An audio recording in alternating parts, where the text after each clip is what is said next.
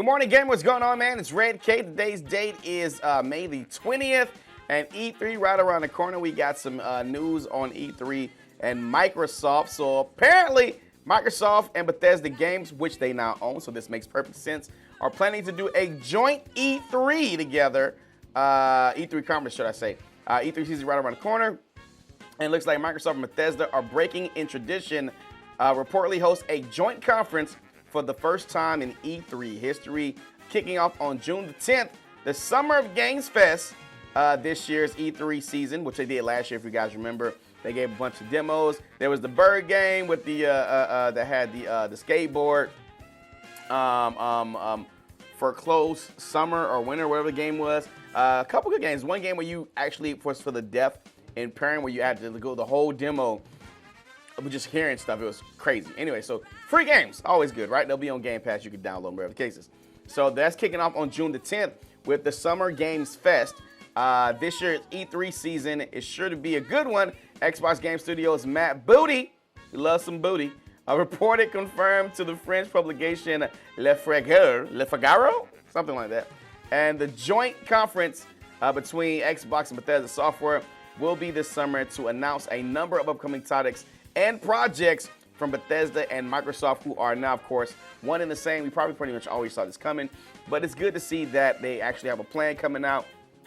And Bethesda usually has their own conference, so we probably will get Starfield at some point. Oh, there's actually a tweet about that. Matter of fact, let me get back to that. So if we scroll down a little bit more, we can see that Jason Schreier from Kotaku said rumors like this keep floating around, but Starfield is nowhere near done, according to several people familiar with the development.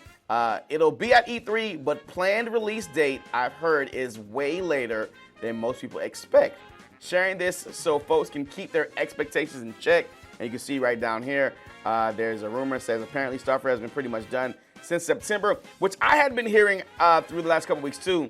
Refining the next-gen port, I'm told that they're trying to make up for Fallout 76 by delivering a game that's polished perfection coming this year. I mean, whether Starfield's coming this year or at the beginning sometime next year, it'll be fine, man, because like there's nothing really out right now anyway, but it'll be good if they got ahead of it and came out. But you know how I think Xbox is going to do the releases, they're not going to do two big releases in 1 month. So like we'll have like beginning of the year Halo, mid-year Starfield, and then little drops of games and maybe some like third-party title games that come out between there. So anyways, I think that we are going to see Starfield this year, so at least that's something good. So I can't wait, right? E3 is right around the corner. With E3 right around the corner, NetEase has revealed more on their Onmyoji, forgive me guys, the world during its annual game showcase.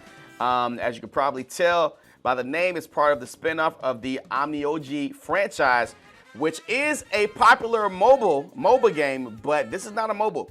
As far as they're concerned, this is a open world action-adventure RPG showing graphics and strong narrative focus. So I'm down with the action RPGs. Let's check out what the trailer looks like for a brand new game pre-E3. See, I love it. We get close to E3, we get all these announcements and trailers. It's the most wonderful time of the year. Don't you agree?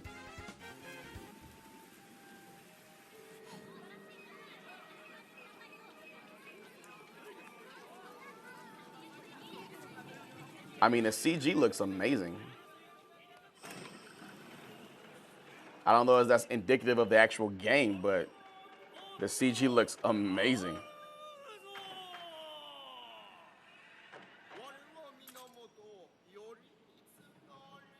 Bet you can't do it like me.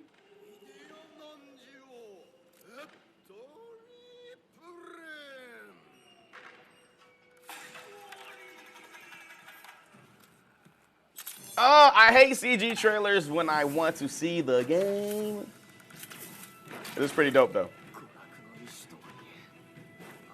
Main character, maybe? So I've never played the Onmyoji MOBA. Not really big into MOBAs, but if it's action adventure, I'm down. I'm so down with this. Ooh. Okay. Oh, damn. They're fighting like a whole wall of dolls and shit. What? Okay. I'm with it. Official Facebook and Twitter page, Onmyoji the World. That looks dope, man. Of course, it's only a CG trailer, so we don't actually know what it is. But if the gameplay is like that, when the open world on top of that, count me in. So more pre-E3 games announced. This time we got the adventure game Moon Samurai Cyberpunk Pixel Graphics action game announced for the PC and the Switch. Developer is Nunchaku. So it's supposed to be the year is 2070. Ram City Megalopolis Moon. The main character Buddy escapes the prison. A mission to break through prison guards and the security system. I really like the art style. It's pretty cool.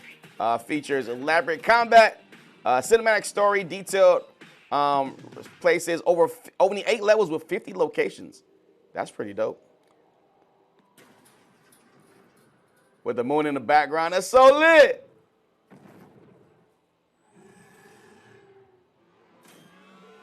Of course he has a laser sword.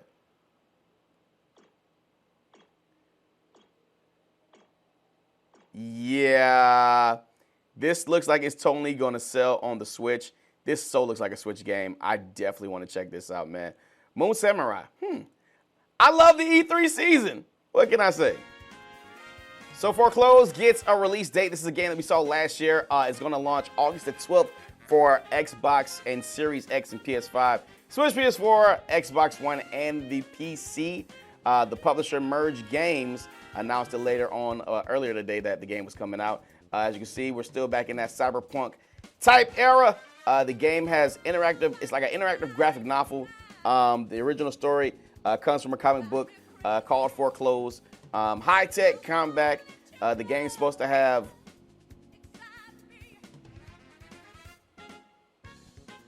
slick cyberpunk action, high-tech combat, and firmware upgrades. It gives me a very 13 kind of vibe.